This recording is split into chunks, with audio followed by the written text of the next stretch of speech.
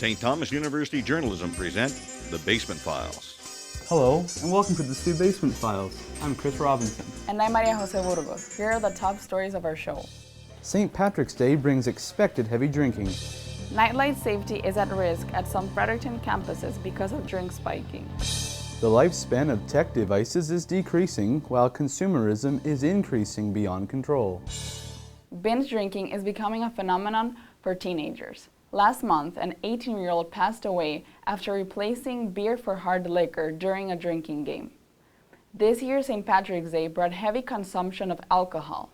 Danielle Elliott was there to see how students celebrated the occasion.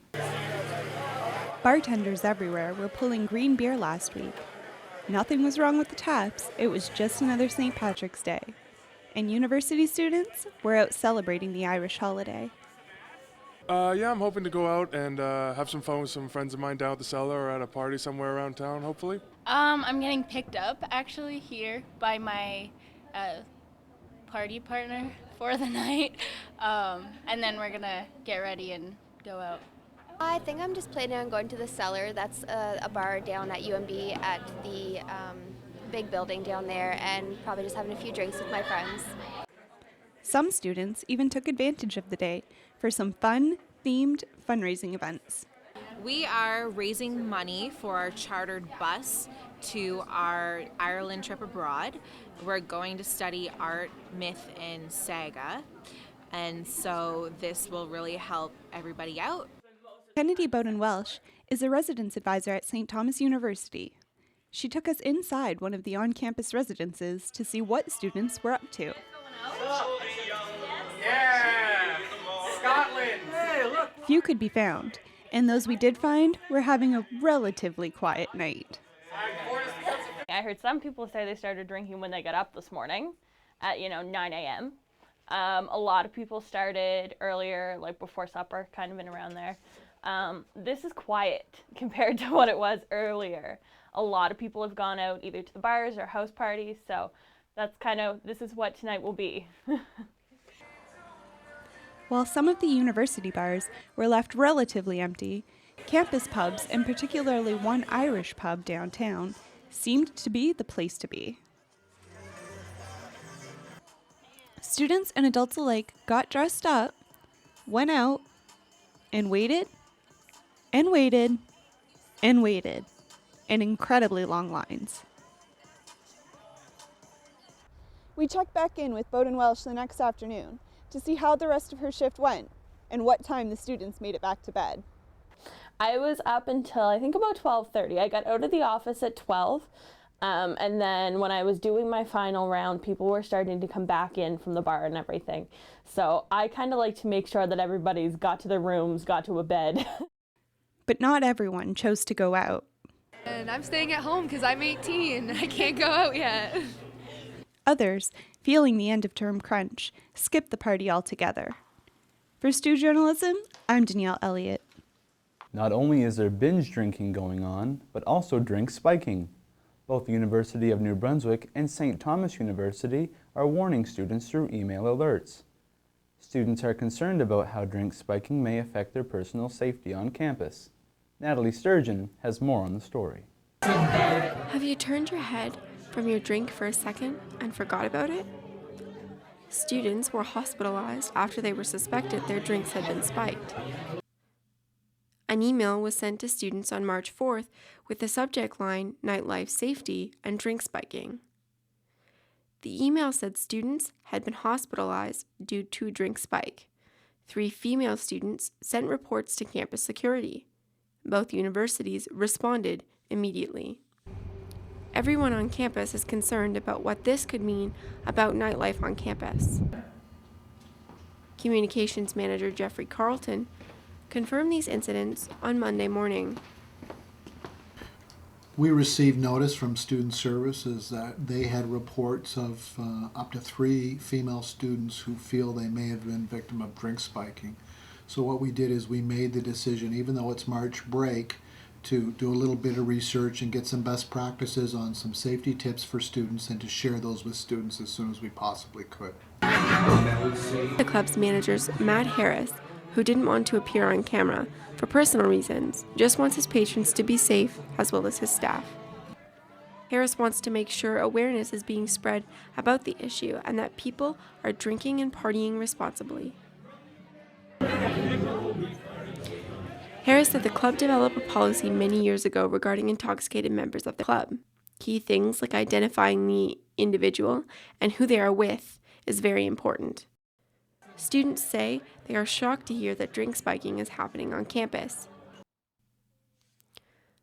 A student from UMB and a bartender at the cellar, Brandon Nitz, said he was a little shocked to hear as well. Well, simply put, just stay with your drink, don't let it leave your hands, don't let it leave your sight, make sure you know where it is at all times. Make sure that you're with a group of friends that you trust, so no strange people are walking around you, things like that, sitting with you that you don't know. Worst comes to worst, if you have to leave your drink unattended, I know I'm a bartender, I work at the bar, bring it up to the bartender. We'll gladly take it for you. We have a shelf underneath where we make our drinks that we can keep it for you safe. That way only you can get it when you come back, things like that. Harris also suggested ways that could prevent attacks like these, including an identification training program geared at understanding how to spot people in distress and how to ensure their safety. Student Journalism asked to get more details regarding the dates and times in which these incidents occurred. However, we were only able to obtain that they happened 2 weeks prior to the March break. Harris hopes soon identification programs will be put into place. There are no current plans to put any extra security or identification programs in place. For Student Journalism, I'm Natalie Sturgeon. Smartphones are now the fastest way to reach out, even to thousands of students at a time. Many people spend countless dollars trying to keep up with technology. Fernanda Damiani explores the environmental impact of this issue and asks, is it time to put an expiry date on planned obsolescence? The automobile industry reached a turning point in 1924. General Motors introduced planned obsolescence. It's a process that renews cars every year and attracts owners into buying new models. Today, almost every tech company adopted this process. Because of that, models are now less than sustainable and consumerism is increasing.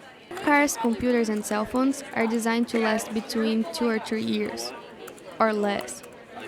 Amir Kanashkian is a mechanical engineering professor and researcher at the University of New Brunswick. He says the durability of technologies are purposefully chosen by companies' designers. One of them is they make it in a way that you cannot repair it. A good example is Apple products, that you heard, that iPhone is difficult to repair. The other strategy is the durability of the components. Another good example is toys. There are some small gears made of plastic. They can get broken easily, and you have to replace, the toys. You cannot repair it. Sometimes they focus on the style. So they introduce a new model in a way that you feel that, okay, your last year phone, last year product is very old-fashioned. Janice Harvey is an environmental studies professor at St. Thomas University. She says the main disadvantage of planned obsolescence is the environmental impacts. We can look at the environmental impacts in global terms. So what we're seeing is, as we know, a climate crisis, right?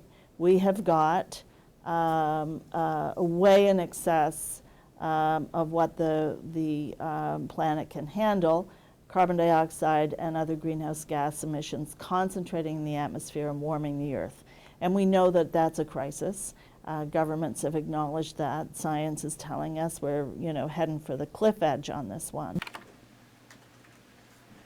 Some countries in the world already made changes to the strategy. In Europe, every company is required to tell buyers how much time the appliances will last. Starting this year, appliances should have at least 2 years guarantee. For Student Journalism, Fernanda Damiani reports. Speaking of environmental impact, New Brunswick's famous Hopewell Rocks had changed their image. Elephant Rock broke nearly in half earlier this month, dropping roughly 150 tons to the Bay of Fundy floor. Elephant Rock is featured on New Brunswick's Medicare card and is one of the most photographed scenes in Canada. Officials say the park will still be open this summer. An old Marysville school is getting transformed and is bringing its community together. The Ville Cooperative has been working hard at revamping this old space. Jordan Mead Baxter explores how this has impacted the community so far. Remnants of the past still line the halls at the old Alexander Gibson Memorial School in Marysville, but members of the community are hard at work to revamp the historical building. The school is being transformed into a non-profit community center called the Ville Cooperative. Since launching in August, the inside of the school has been renovated and repurposed for several different activities, like a charity book sale, a martial arts center, and other events to get people moving. Cindy Doak taught the school for several years and says it's a positive change for the community. And once the switchover made, people seem to really be happy and using it, and really happy that they have access to classes and different things that are so close and right in the community. The Ville's motto is learn, share, grow. And that's what the executive director, Jeff McFarland, hopes the community gets out of the new space. The end goal for the Ville is to create a place where everyone feels like they're at home, that when they come through these doors that they're empowered to use their assets for their community and help to change the narrative in our province. In addition to the activities, the Ville plans to act as a green space for Marysville, creating a community garden and a youth council to allow young people to have a voice. Many of the community members, like Doak, approve of the changes, though they may have been torn up at first. I think they did the right thing. I think they did the right thing. I think, there just was too much that needed to be done to the old building to bring it up to standards to have children in it. And we're changing with the time, right? So I think what we've got here now offers a lot more to the children than what we had before, but it's great at the same time to see them using the school and see people coming and going in it. So. In a part of the city known for its heritage, the historic building that has been open since 1926 will have a modern look. For St. Thomas Journalism, I'm Jordan Mead Baxter. An old space that is also getting a transformation is the Cathedral of Immaculate Conception in St. John. The Cathedral's Heritage Foundation has raised thousands of dollars to renew this space and to attract tourists and residents to the area. Sara Perez has the story.